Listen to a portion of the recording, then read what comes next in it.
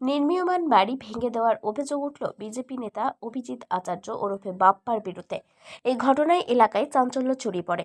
আসানসোলের কুলটি থানার শাকতরিয়ার ঘটনা। নির্মীয়মান বাড়ি মালিকের অভিযোগ, রাতের অন্ধকারে বিজেপি নেতা অভিজিৎ আচার্য ওরফে বাপ্পা তার দলবল নিয়ে ভেঙে দেয়। মঙ্গলবার এলাকায় গিয়ে দেখা গেল নির্মীয়মান বাড়ির সম্পূর্ণ অংশ ভাঙা রয়েছে। তার আরও অভিযোগ, তার স্বামীকে বাপ্পা মারধর করেছে। বাপ্পা আচার্যের সাথে আমার হাজব্যান্ডের রাতে ঝামেলা হয়েছিল।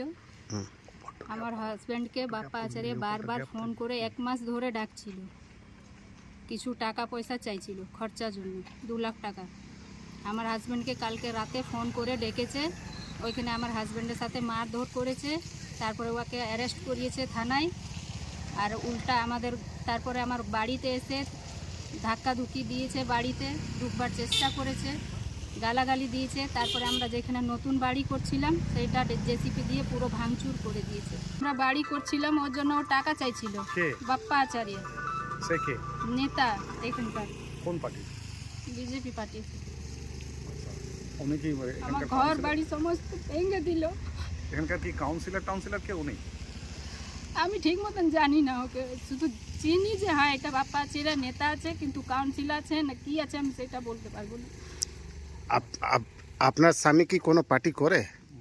না, আমার স্বামী এমনি বিজেপি পার্টি যোগ দেয়, কিন্তু সেরকম ইয়ে নেই, আমার স্বামীর পার্টি ইনভলভ নেই সেরকম। আমার যেটা ক্ষতি হয়েছে সেটা বাপ্পা আচার্য ক্ষতি পূরণ করুক, এটাই আমি চাইছি। আমার তো সব তো সর্বনাশ করে দিল বাপ্পা আচার্য। যেটা হয়েছিল মারধর করলো, থানায় দিল, কিন্তু আমার ঘর বাড়ি কেন ভেঙে দিল? যদিও এই সমস্ত অভিযোগ অস্বীকার করেছে বিজেপি নেতা অভিজিৎ আচার্য। তার অভিযোগ, তাকে মারার জন্য একদল দুষ্কৃতী অফিসে এসেছিল, তার অফিসের কর্মীদের মারধর করা হয়েছে। এই ঘটনার পর দুপক্ষই শাকতরিয়া পুলিশ ফাঁড়িতে অভিযোগ দায়ের করে। রাত্রে আমাদের এখানে অক্সিজেন চলছিল এবং অক্সিজেন চলাকালীন প্রায় 12টা 4 নাগাদ পবন সিং বলে এক দুষ্কৃতী আমার অফিসে ঢুকে এবং আমার ভাই, আমার ম্যানেজার এবং আমাদের আরও 2 জন সহকর্মী এখানে তারা অক্সিজেন করছিল, তাদেরকে আমার নাম নিয়ে গালাগালি করে বলে, ও কোথায়, না হলে বেটা গুলি মেরে দেবো, ওকে জলদি ডাক। তো তখন এরা ওকে ঠেলে কোনো রকমে বার করার সময় ও রিভলভারের বাট দিয়ে আমার যে ম্যানেজার কাজল বল তার চোখের এখানে মারে, হ্যাভিলি ইনজুর্ড হয়। ও তারপর ইট পাথর দিয়ে আমাদের আরও 2টো ছেলেকে ইনজুর্ড করে এবং ইনজুর্ড করার পরে যখন ওরা কোনো রকমে বন্দুক দেখে ভয় পেয়ে যায়, সাধারণ মানুষ ভয় খেয়ে গেছে, তখন কোনো রকমে বাইরে ঠেলে মেন গেট লক করে। মেন গেট লক করার সাথে সাথে ও অফিসের উপর পাথর দিয়ে হামলা শুরু করে এবং সেই মুহূর্তে পুলিশ এসে তাকে রেড হ্যান্ডে তুলে নিয়ে যায়। দেখুন, এটা মানে একটা ঘটনা ঘটিয়েছে, তার থেকে বাঁচার একটা অভিযোগ।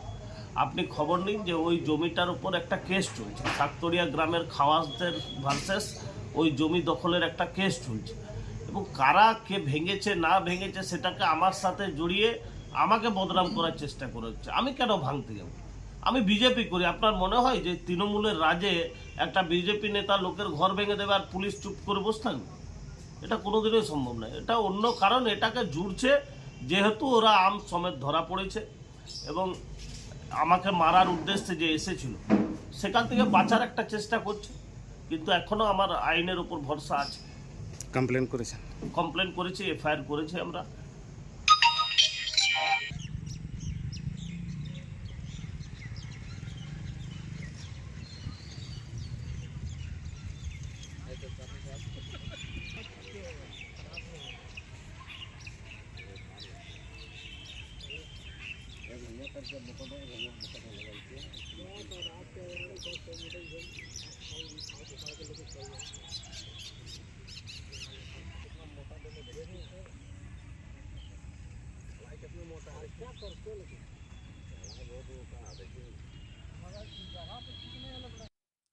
আসানসোল থেকে সঞ্জয় দেবের রিপোর্ট, 99 নিউজ বাংলা।